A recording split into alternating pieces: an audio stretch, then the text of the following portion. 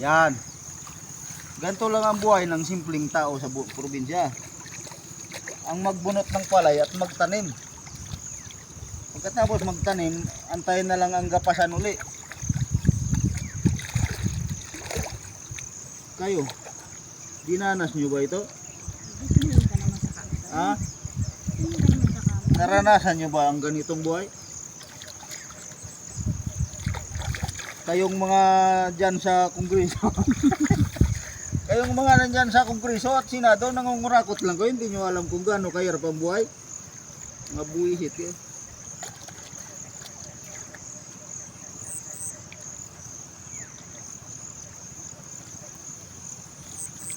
Ha?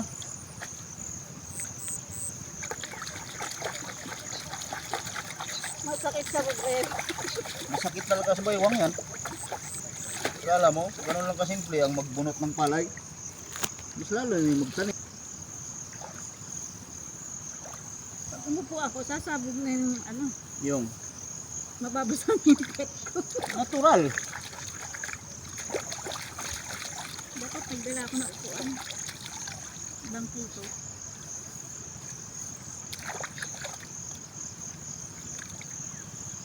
Ngayon lang, kung makita, nagbunot ng palay, may upuan. Kahit tayo niya.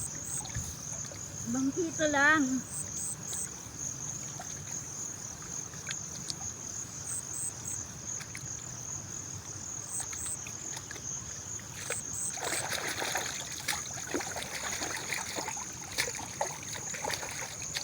Shout out! Sa mga hindi marunong magtanim dyan.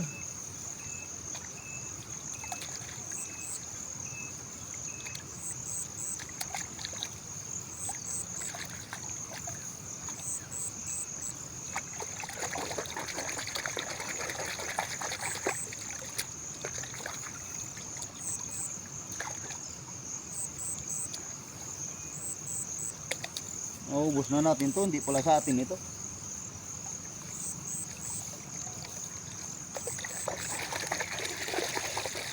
Tingnan mo yung mga tira-tira na ganyan, huwag mo iwanan yung mga ganyan. Sayang yan. Yung isang ganyan, isang subo pa yan.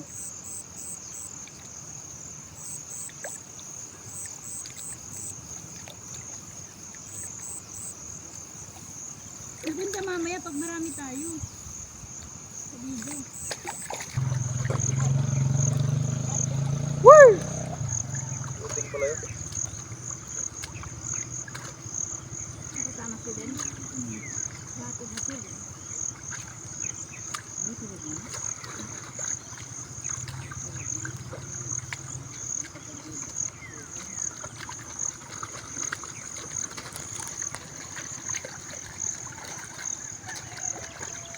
Ito siguro.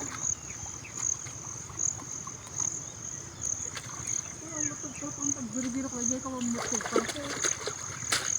Di ka pa nanganak ko dapat ko ko akin. Wala mo. Kaya ito barok-barok. Tugtog kita. Ajin. Manang. Ah.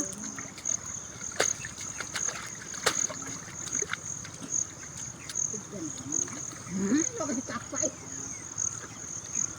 Galot mo tatangad mo neng. Bakit kapay mat?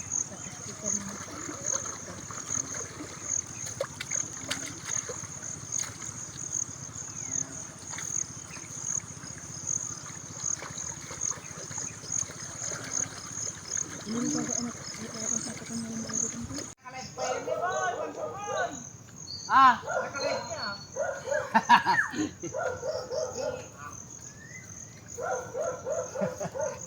Nakalay pa no? Kaya na patupot ito ng Manila. Laka?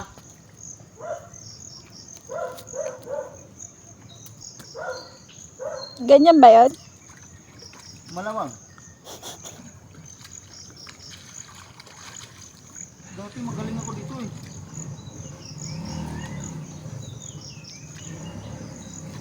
Saudi rin yung pinangkalikan ko kuya? Oo. Yung asawa mo, Saudi rin? Oo. Sa Damam? Ah, sa Damam. Sa Riyadh ako eh. Pambira yung mama mo, hindi nilinis yung bunot niya eh. Marami pang ano eh. Parang mga kitipid yung gawa ko ah.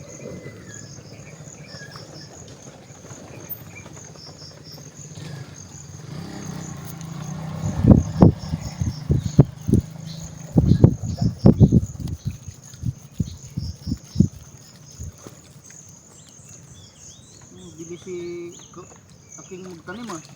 Kaya pangalawang araw pa lang ngayon, Nang magtanim. Nung una, sobrang kasakit yung katawan.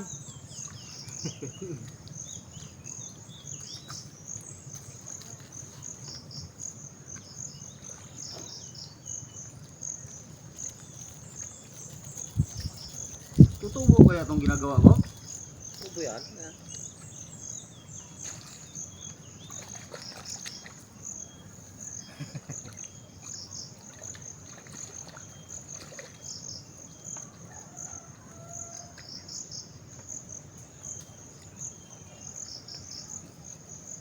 Balik ka pa, kuya.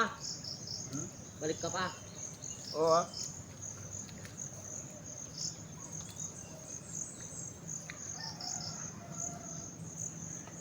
Balik ba? Walang hanap buhay dito. Oo. Kahit si misis, ayaw na payagan sana yung mga anak ko. Wala. Balik pa ako sa misis sabi. Oo. May dalawa pa kong mag-aaral.